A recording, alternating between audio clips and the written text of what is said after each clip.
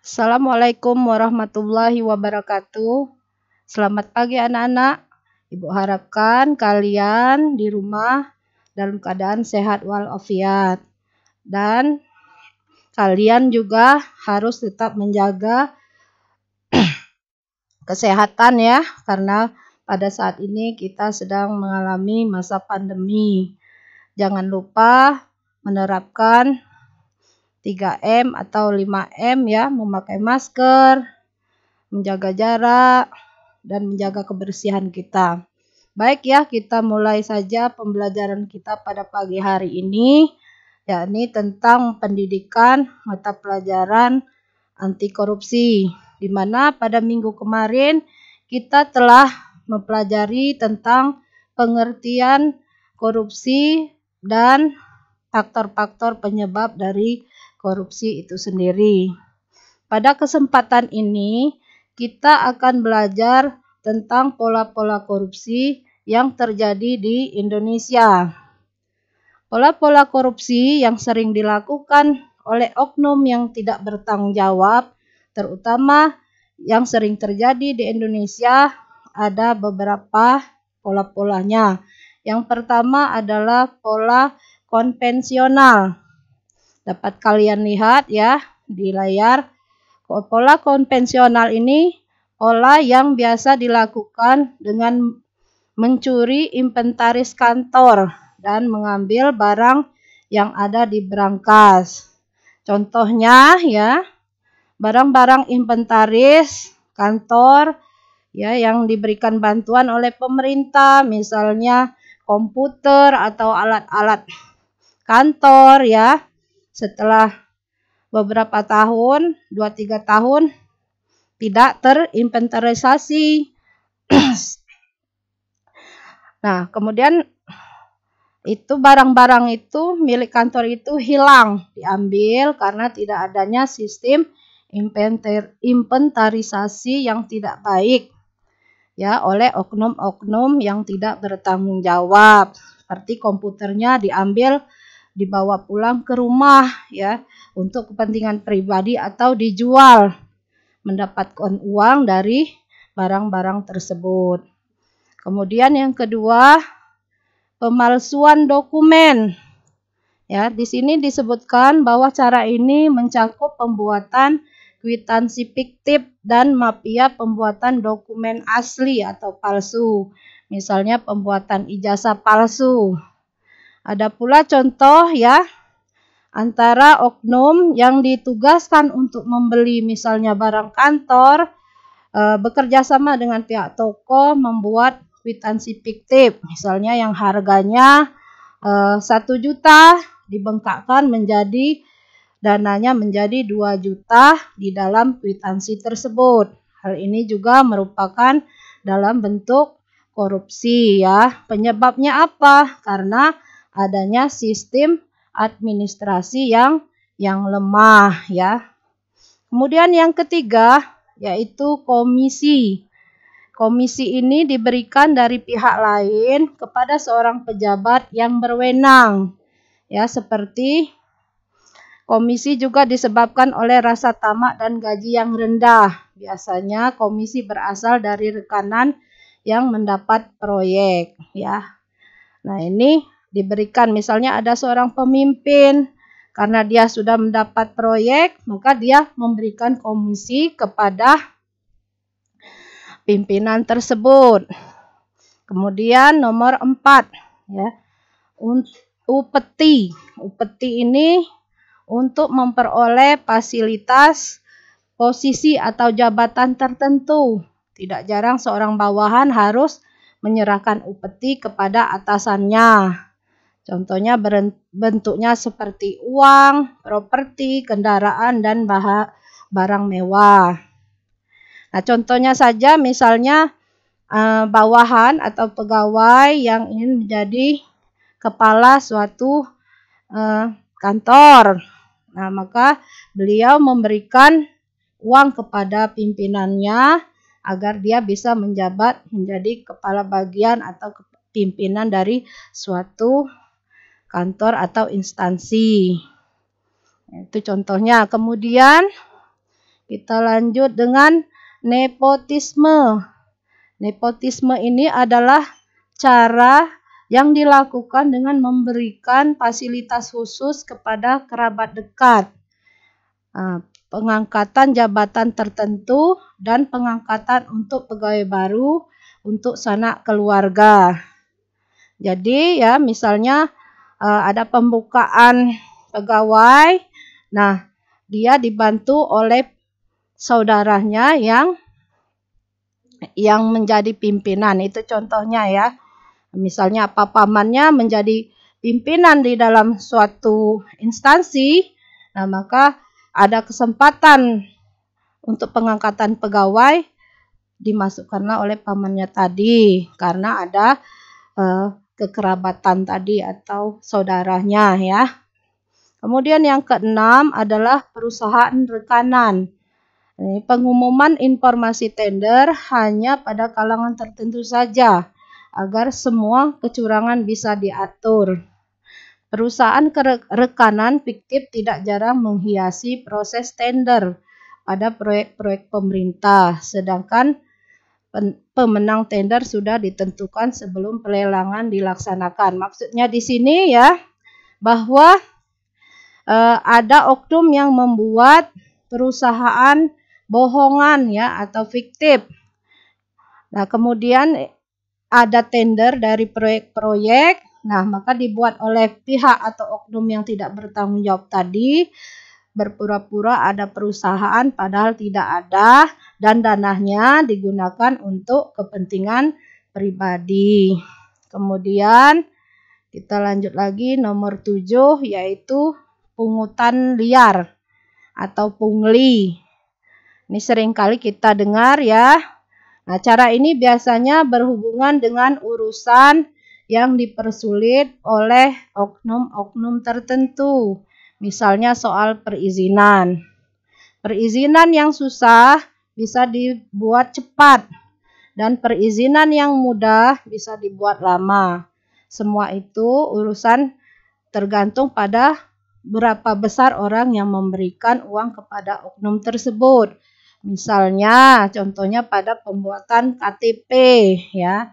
Pada KTP ada jadwalnya, misalnya jadinya 1 minggu, maka dengan orang memberikan uang ya bisa didapat KTP tadi menjadi 2 hari, misalnya lebih cepat dari yang ditetapkan. Atau juga dalam pembentukan SIM sama ya, bisa dipercepat dari hari yang telah ditentukan.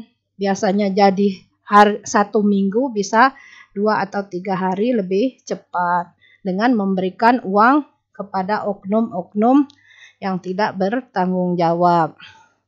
Nah, itulah tadi pola-pola dari korupsi yang sering terjadi di Indonesia.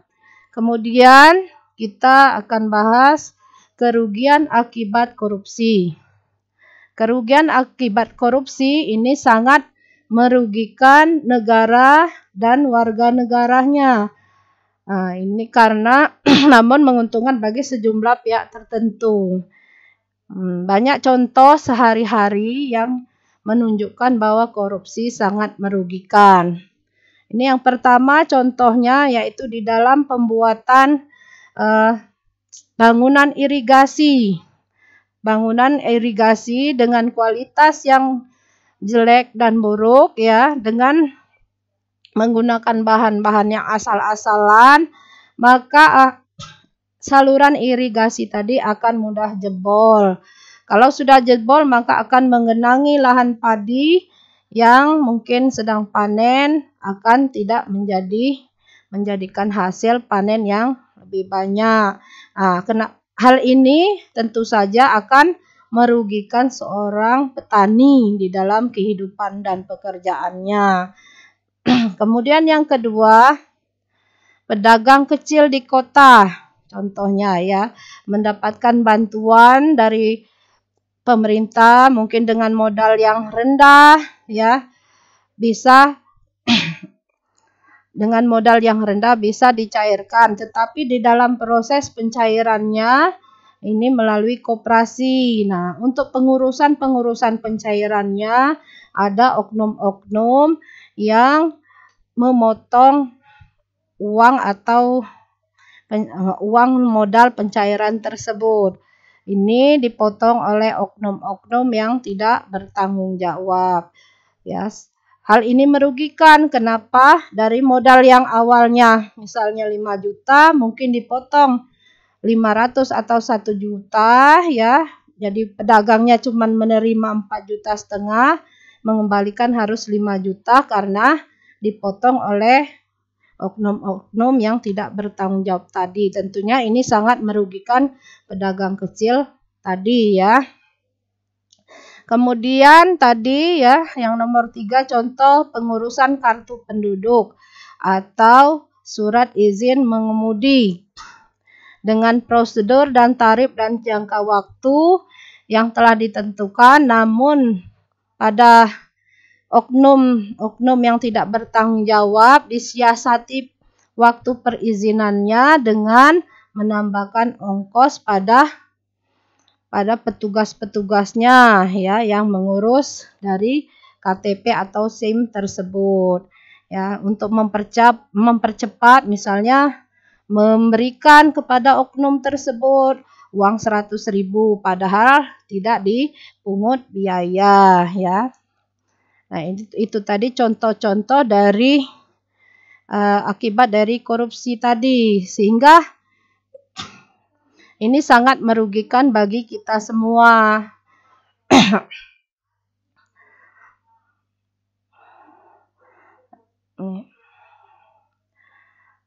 Nah, ini semua kembali lagi kita ke judul baru yaitu semua agama melawan korupsi. Agama adalah ajaran kebaikan, sedangkan korupsi adalah kejahatan. Semua agama di dunia menentang praktik-praktik yang mencuri serta merugikan negara. Semua ajaran agama mengajarkan pemeluknya hidup jujur dan tidak berlebih-lebihan.